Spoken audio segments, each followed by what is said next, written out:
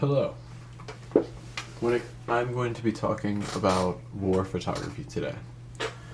When it comes to war photography, we've seen a lot of pictures. We have seen mass graves, explosion pictures, landscapes devastated by war. And in my opinion, this is a very important thing. We're being able to see what is going on in other places. They are basically the truth of what is happening there. But there is no photo that is unbiased, per se. So, different photographers who take different types of war photos may make it lean to look worse towards one way or towards the other way. And that, in my opinion, is a big problem because it is being basically portrayed as not truth. People are believing this thing to be the truth when in reality it is not. The first war photographs were actually made in 1847. This was from an unknown American photographer who produced a series of 50 daguerreotypes depicting a bunch of different scenes from the Mexican-American War. But unlike you're really expecting these war photographs to be, they were not these gruesome, deadly photos of explosions, bloody scenes, death, and all that. It was basically just photos of day-to-day life and war. And that is a very interesting view into things because most of the war photos that get popular or you've seen all the time are these just gruesome photos of death and destruction, which is basically what war is. A very big helper for war photography is actually Kodak. In 1888, they produced a handheld camera that was only around $25 of today's money, and it made it accessible for more people to take everyday photos. These photos were also, or cameras were also taken to World War One, which was how majority of World War One was shot on these cameras.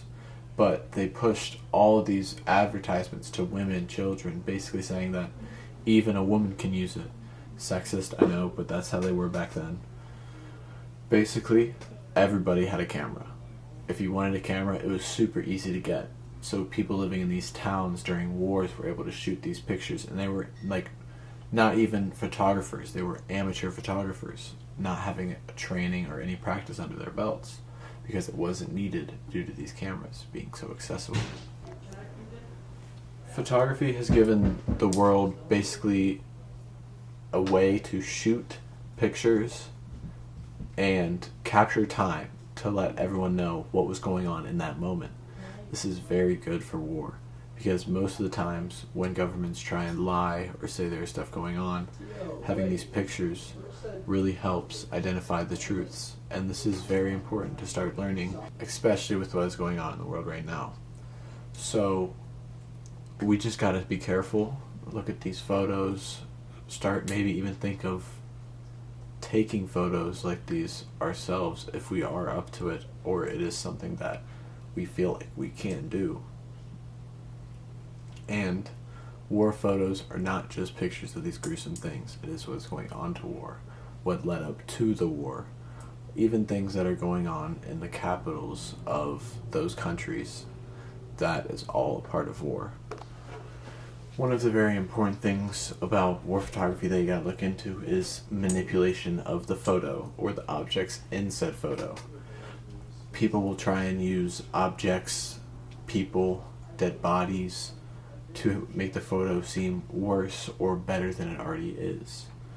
Let's say you just got devastated in an attack and you took a picture of your base that got devastated, but you moved half the bodies out of the photo to make it seem like you did not lose as many people as you actually did.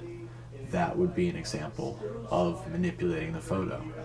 Or even setting up weapons in a different way, giving people who have died, like, let's say, a normal civilian giving them a weapon and saying that the civilians are starting to fight back, and civilians are also now trying to shoot you, so they are also a threat to you, killing innocent people in the process with said photo.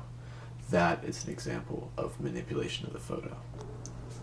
So the main photo that I would like to be talking about today is the Confederate dead behind the stone wall. This is basically a photo that I am going to show you guys and break down basically how I break down the photo and my opinion on everything in the photo and on whether or not I think it's manipulated.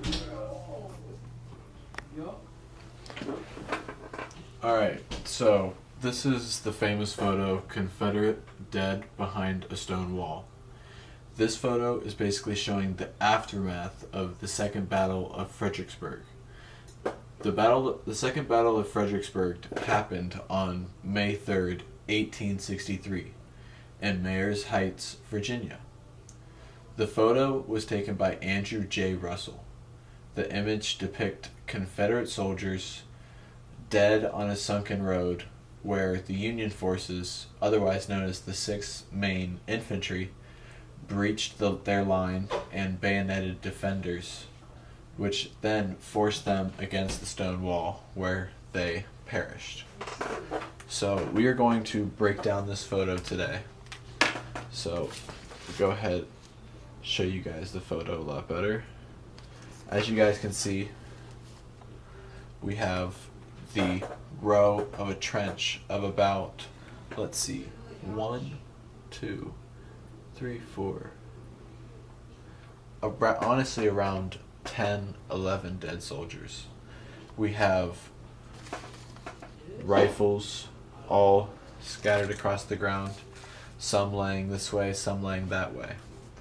The first things first, if they were talked about all being riled up against this stone wall right here, which, I don't know if you know this photo, it has great leading lines along the trench and with the stone wall, all leading to that horizon line. But every single person that is dead is in this trench right here. If it was a war and, like it said, they were bayoneted against this wall, the wall right here, why are all these people dead in the exact same spot? I honestly think this photo was manipulated a little bit. I feel like all of these people did die during this war, but the bodies were laid to basically seem more photogenic, making the picture a better picture. If you had bodies spray around here, here, here, on the wall, and all these different other areas, it would be way less more capturing to the eye. With this one, you got all the bodies in the leading lines going across the ground, and the photo itself is one of my favorite war photos of all time, even though to me it seems to be manipulated.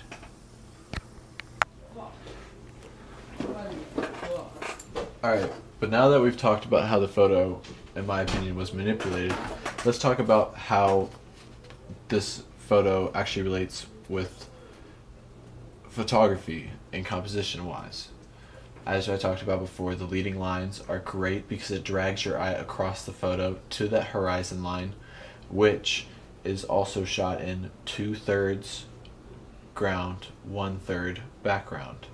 You got some foreground here going on with the rocks, which adds some nice texture to the photo. Even though this photo is a little bit destroyed because it is one of the very early photos from war, it is still basically in really good condition. You can still see all the values from the different rocks, the contrast, it adds a nice different texture between the almost flat ground, just a very flat gray color because of just it all being like powdered dirt from being worn out from the trenches. There was a bunch of people there constantly. You got the nice trees to bring you up and out the photo, and all around this is an absolutely great compositional wise photo.